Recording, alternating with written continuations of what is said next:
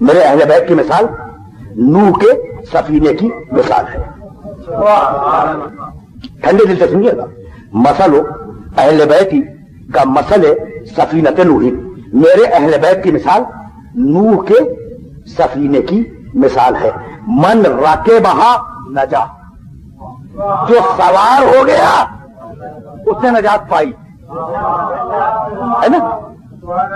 ومن تخلف عنہا, اور جس نے منہ کو پھیر لیا, غارقا وہوا, وہ ڈوب بھی گیا اور ہلاک بھی ہو گیا. اب وہاں ایک لفظ ہے کہ نجات پائی, سوار ہو گیا تو نجات پائی. یہاں دو لفظ ہے کہ جس نے سفینے سے منہ کو پھیرا وہ ڈوبا بھی اور ہلاک بھی ہوا. تو جب ڈوب گیا تو بات ختم کیجئے, یہ آگے کہنے کی کیا ضرورت ہے کہ ہلاک بھی ہو گیا. تو پیغمبر نے بڑی احتیاط کی, اس لیے کہ ڈوبنے والے کبھی بچا بھی لیے جاتے ہیں, یہاں بچنے کا امکان ہی نہیں ہے.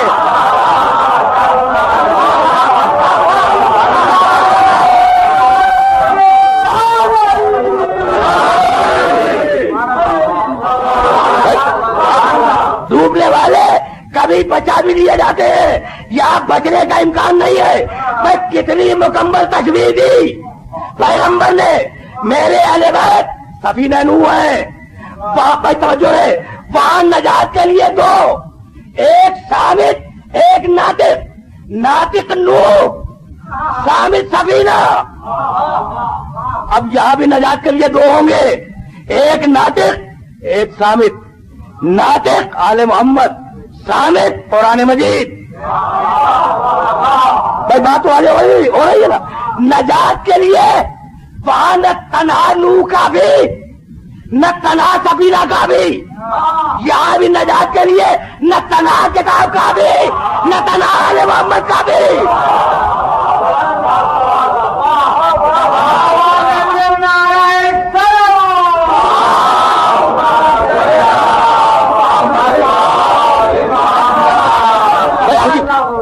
عجیب مرحلہ گزرا ہے, کتنی مکمل تشبیہ کہ بھائی یہ سفینہ اتنا اہم ہے کہ اگر منہ کو پھیر لے تو وہ صلبی بیٹا ہی کیوں نہ ہو,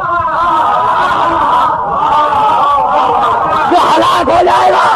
تو اب مجھے جملہ کہنے کی اجازت ہے کہ سفینہ نوح سے منہ کو پھیرنے والا صلبی بیٹا ہلاک ہوا, تو اب اہل بیت سے اگر منہ کو پھیرے اور صلبی نہ اور رشتہ جوڑنے والے ہو,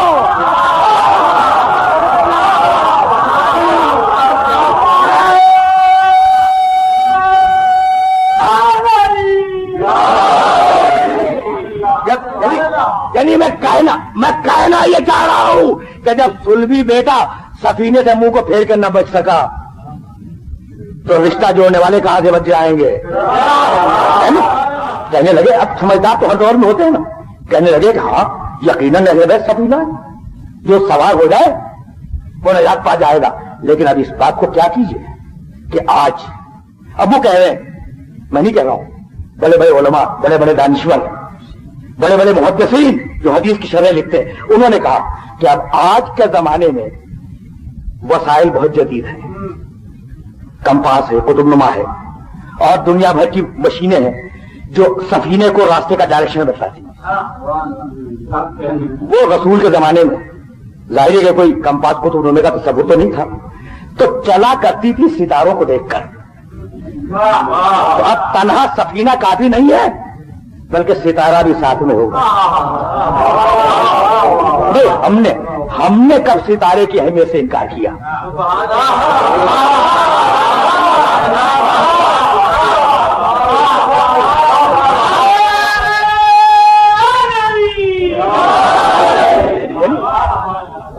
خدا کی قسم اعتراض میں بڑا وزن ہے, تو اعتراض میں خدا کی قسم کھا کے کہہ رہا ہوں ممبر سے بڑا وزن ہے.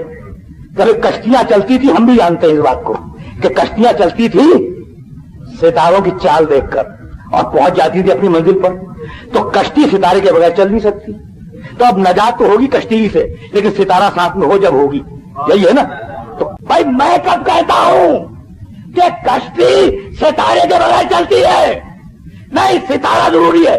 آج بھی گہرے سمندروں میں اگر جہازوں کی مشینیں فیل ہو جائیں تو ستاروں ہی کے ڈائریکشن سے اپنی منزل کا پتہ چلایا جاتا ہے. تو ستارے بہت اہم ہیں.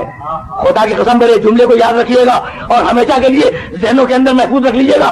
ستارے بہت اہم ہیں، لیکن پیغمبر سمجھ رہے تھے کہ میری امت کے منطقی، پیغمبر سمجھ رہے تھے کہ میری امت کے جو منطقی ہیں اور جو فلسفی ہیں وہ ستارے کی شرط لگا دیں گے. اسی لیے پیغمبر نے اہل بیت کو فقط سفینہ نہیں کہا. یہ نہیں کہا کہ یہ سفینہ ہے، کہا کہ سفینہ نوح ہے. اور اب کون نہیں جانتا کہ نوح کی کشتی رات میں نہیں چلی تھی، دن میں چلی تھی.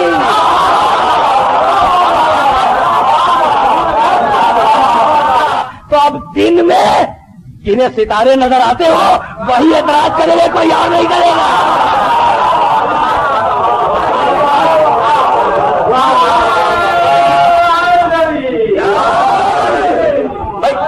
بھائی بات تو واضح ہو رہی ہے نا.